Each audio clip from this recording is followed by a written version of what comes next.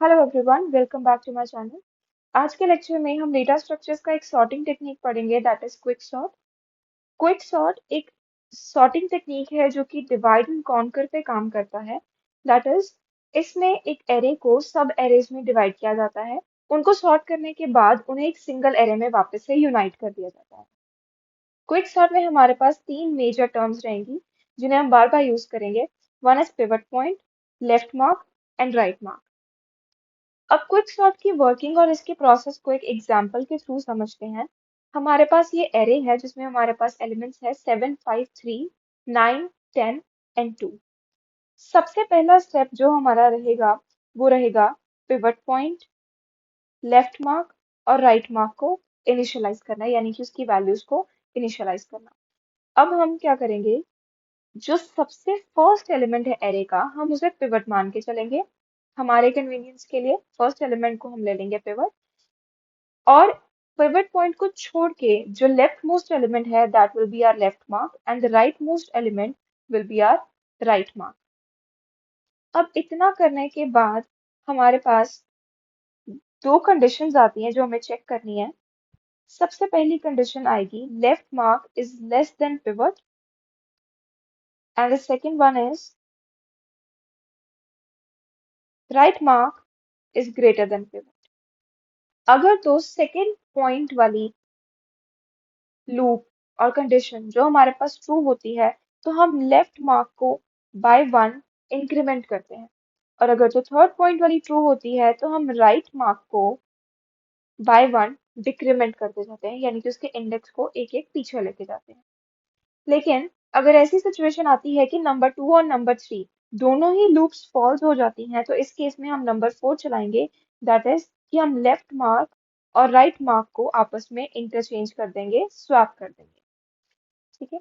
और जब तक पॉइंट नंबर 2 यानी कि ये वाली लूप फॉल्स नहीं हो जाती, हमें नेक्स्ट लूप पे जंप नहीं करना है, बिकॉज लूप तब तक चलती है जब तक ये ट्रू रहती है। जैसे ही ये फॉल्स हुई, फॉल्स होने के बाद हम लोग नेक्स्ट पॉइंट पे शिफ्ट करेंगे और इस लूप को चेक करेंगे, इस कंडीशन को चेक करेंगे। सो टू बिगिन विद, सबसे पहले हमने इनिशियलाइज कर दिया है 7 is our pivot point, 5 is our left mark and 2 is our right mark. So हम point number 2 वाली कंडीशन को चेक करते हैं। लेफ्ट मार्क में हमारे पास 5 है, 5 less than 7 which is true. ठीक है, ट्रू है। तो अब हम लेफ्ट मार्क को बाय 1 इंक्रीमेंट करेंगे कि अब लेफ्ट मार्क यहाँ नहीं पॉइंट करेगा, now the left mark will point here. अब लेफ्ट मार्क में क्या वैल्यू है, 3। तो अगेन हम सेम लूप चलाएंगे लेकिन इस बार 3 का कंपैरिजन करेंगे। 3 less than 7, again it is true. So again अब लेफ्ट मार्क यहाँ नहीं पॉइंट करेगा, left mark will point here. अब लेफ्ट मार्क में वैल्यू है 9, तो हम 9 को अगेन कंपेयर करेंगे, 9 less than 7 which becomes false. तो यानी कि अब ये लूप फॉल्स हो गई, so we are going to come to the next loop. Next loop में हम राइट मार्क को चेक करेंगे। राइट मार्क में हमारे पास है 2, 2 greater than 7 which is false. 2 तो 7 से छोटा होता है, so this condition becomes false. So इस केस में हम क्या करेंगे, जब स्टेप 2 और स्टेप 3 दोनों ही फॉल्स हो चुके हैं, we'll follow स्टेप 4। और स्टेप 4 कहता है कि राइट मार्क और लेफ्ट मार्क को आपस में इंटरचेंज कर दो। सो हम 9 की जगह 2 और 2 की जगह 9 इंटरचेंज कर देंगे। इंटरचेंज करने के बाद हमें वापस से स्टेप 2 पर जाकर इसी लूप को चेक करना है। सो अब चेक करते हैं, क्योंकि अब लेफ्ट मार्क की वैल्यू 9 नहीं रही, अब 2 हो चुकी है। सो ये वाली कंडीशन चेक करेंगे, 2 less than 7 which is true. So again left mark अब यहाँ नहीं मार्क करेगा, यहाँ मार्क करेगा। अब लेफ्ट मार्क में आ गया है 10, सो अगेन 10 का कंपैरिजन करेंगे, 10 less than 7 which is false. 10 7 से छोटा नहीं है। सो जैसे ही स्टेप नंबर 2 वाली लूप फॉल्स हुई, we are going to jump to the step 3। अब स्टेप 3 वाली लूप चेक करेंगे, राइट मार्क में 9 है, so 9 greater than 7 which is true. तो अब ट्रू हो गया, तो यानी कि अब हमें क्या करना है, हमें राइट मार्क को बाय 1 डिक्रीमेंट करना है, यानी कि अब राइट मार्क यहाँ नहीं पॉइंट करेगा, राइट मार्क यहाँ पॉइंट करेगा। सो अब इस पॉइंट पे आकर हमारे पास जो लेफ्ट मार्क और राइट मार्क है उन दोनों की वैल्यू सेम हो चुकी हैं। लेफ्ट मार्क में भी 10 है और राइट मार्क में भी हमारे पास 10 ही है। सो जब इस तरह की कंडीशन आए कि जो राइट मार्क है वो लेफ्ट मार्क से छोटा या फिर इक्वल हो जाए, लेस देन और इक्वल टू, सो हमें पिवट पॉइंट को राइट मार्क वाली पोजीशन पर प्लेस करना होता है। जैसे ये हमारा राइट मार्क है, सो हम पिवट पॉइंट को यहाँ ले आएंगे, ठीक है। और पिवट पॉइंट को यहाँ लेके आने के बाद हमारा एक सिंगल एरे दो सब एरेज में डिवाइड हो जाएगा कुछ इस तरह से। यहाँ पे आएगा 5, 3, देन 7, 10 और 9। पिवट पॉइंट की पोजीशन चेंज करने के बाद हमें एक चीज चेक करनी रहती है कि जितने भी पिवट पॉइंट से छोटे एलिमेंट्स हैं वो इसकी लेफ्ट साइड पे आए और जितने भी इससे बड़े एलिमेंट्स हैं वो इसकी राइट साइड पे आए। तो इस बात से हमें श्योरिटी हो जाती है कि अब तक जितनी भी हमने सॉर्टिंग की है वो हमने सही की है। अब यहाँ पे ऐसा ही है। सो पिवट पॉइंट के लेफ्ट एलिमेंट्स का एक सेपरेट एरे बनता है। यहाँ पे हमने 2 मिस कर दिया, यहाँ पे 2 भी आएगा, 2। सो पिवट पॉइंट के लेफ्ट एलिमेंट्स का एक सेपरेट एलिमेंट एरे बनता है और राइट एलिमेंट्स का एक सेपरेट एरे बनता है। अब ये दो सब एरे बन गए हैं, सब एरे 1 एंड सब एरे 2। अब इन दोनों को हमें इंडिविजुअली सॉर्ट करना है और फिर से एक सिंगल एरे में यूनाइट करना है। सो इसे सॉर्ट करना शुरू करते हैं। पहले हम सब एरे 1 को सॉर्ट करने वाले हैं। इसमें अगेन हमें सेम पिछला प्रोसीजर ही फॉलो करना है। First element will be our pivot point, then this will be the left mark and the rightmost element will be the right mark. Again हम condition check करेंगे, left mark is less than pivot, left mark में है 3, 3 less than 5, true. So अब हमें क्या करना है, left mark को by 1 increment करना है। अब left mark यहाँ नहीं point करेगा, यहाँ point करेगा।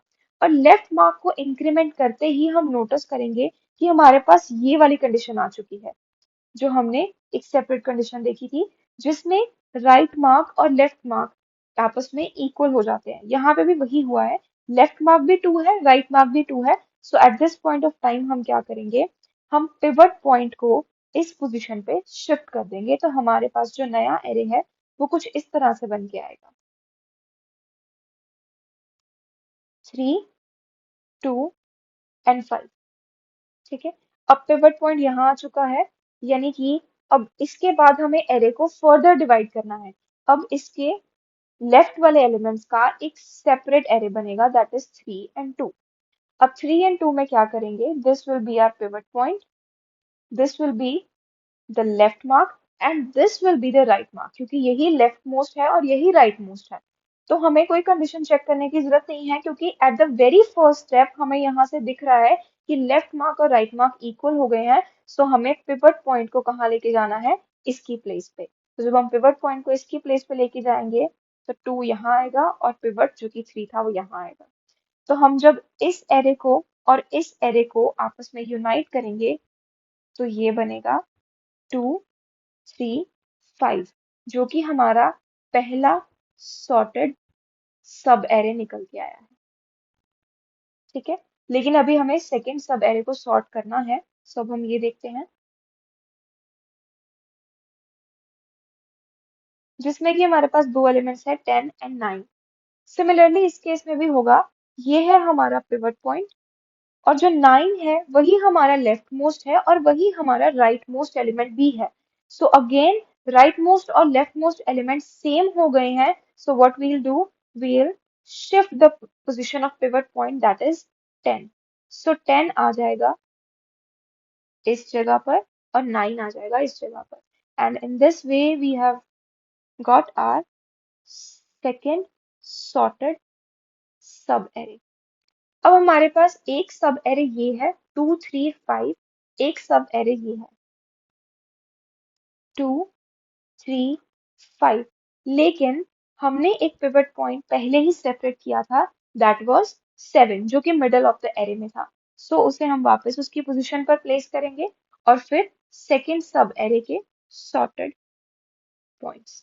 So in this way, we have got a final sorted array using quicksort. अब quicksort की टाइम कॉम्प्लेक्सिटी डिस्कस कर लेते हैं। Worst case time complexity is O n square. Worst case time complexity तब आती है जब हम एरे को सब एरेज में डिवाइड करते हैं और दोनों सब एरेज अनबैलेंस्ड होते हैं, जैसे कि इस केस में हुआ। यहाँ 3 एलिमेंट्स थे, यहाँ 2 थे। सो अनबैलेंस्ड केस में हमारी वर्स्ट केस टाइम कॉम्प्लेक्सिटी आती है।